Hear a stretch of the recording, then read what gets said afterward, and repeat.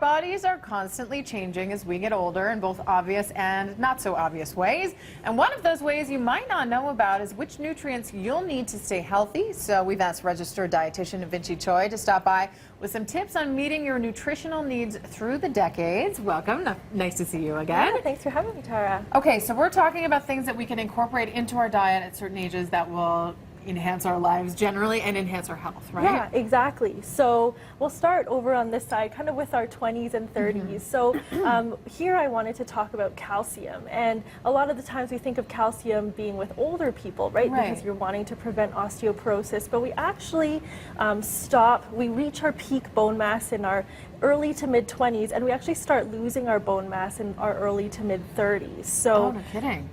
So yeah, so a lot of the times when we're kind of eating more calcium in our 50s, we're really playing catch up when really we should trying to be getting it as we're still building more bone mass. So I know a lot of people are avoiding milk. Yes. Data shows that the average Canadian only drinks about 1.6 servings of milk and alternatives a day when we need 2 to 3 servings a day. So you know, we're not going to talk about why people avoid milk right now, so I'm going to go with some non-dairy sources of calcium. So tofu is a great source, and I actually brought a label here because it's important to kind of read the ingredients list, and because tofu is actually high in calcium, partly because soybeans are a good source of calcium, but also because of the way tofu is made. They actually set it with something that has calcium in it, or they sometimes set it with something that has magnesium in it. So if you read the ingredients list and look for the calcium sulfate or calcium gluconate, that's how they set the tofu, and it's quite high in calcium that way. Might some brands not have the same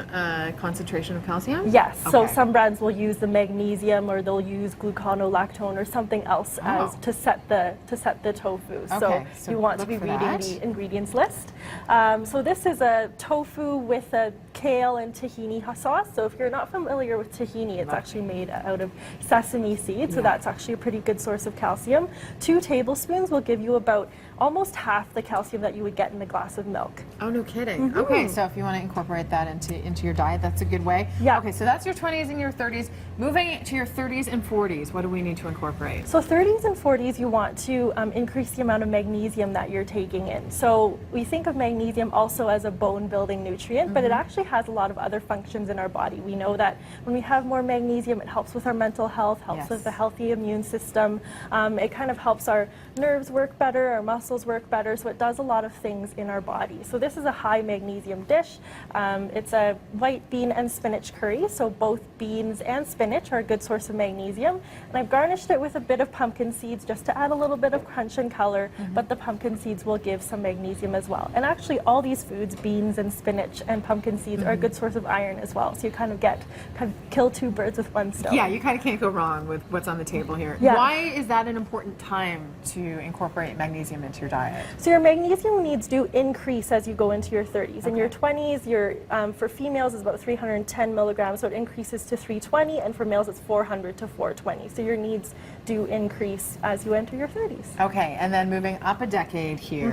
Into 50 plus. Right, so we're looking at the vitamin Bs. Yeah, so your B vitamins, and particularly vitamin B6 and vitamin B12. So vitamin B6, it actually plays a role in converting the tryptophan in our brain into serotonin, which is the feel-good hormone. So it's linked with helping with maybe prevent depression, you know, good mental health. We also know that people who don't get enough vitamin B6, they tend to have a higher risk of heart disease. So that's something that's important as well.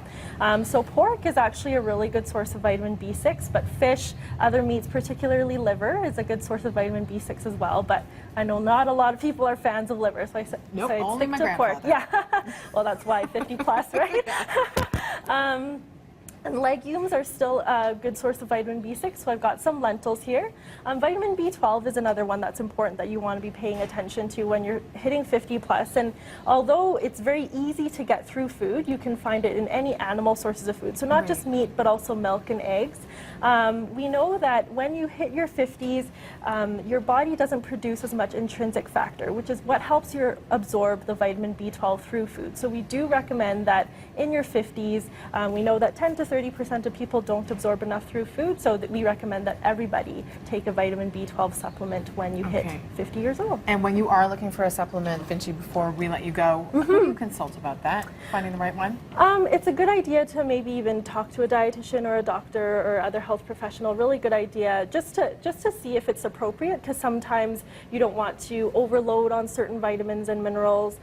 You also don't want to be, taking something that could block the absorption of something else. So, yeah. This is excellent information. Vinci, how do people find you? So I'm at VINCCITSUI.com, and all the recipes that we talked about today will be on the BT Calgary website. Okay, breakfasttelevision.ca, the way to find that. Vinci Choi, registered dietitian. Thank you very much.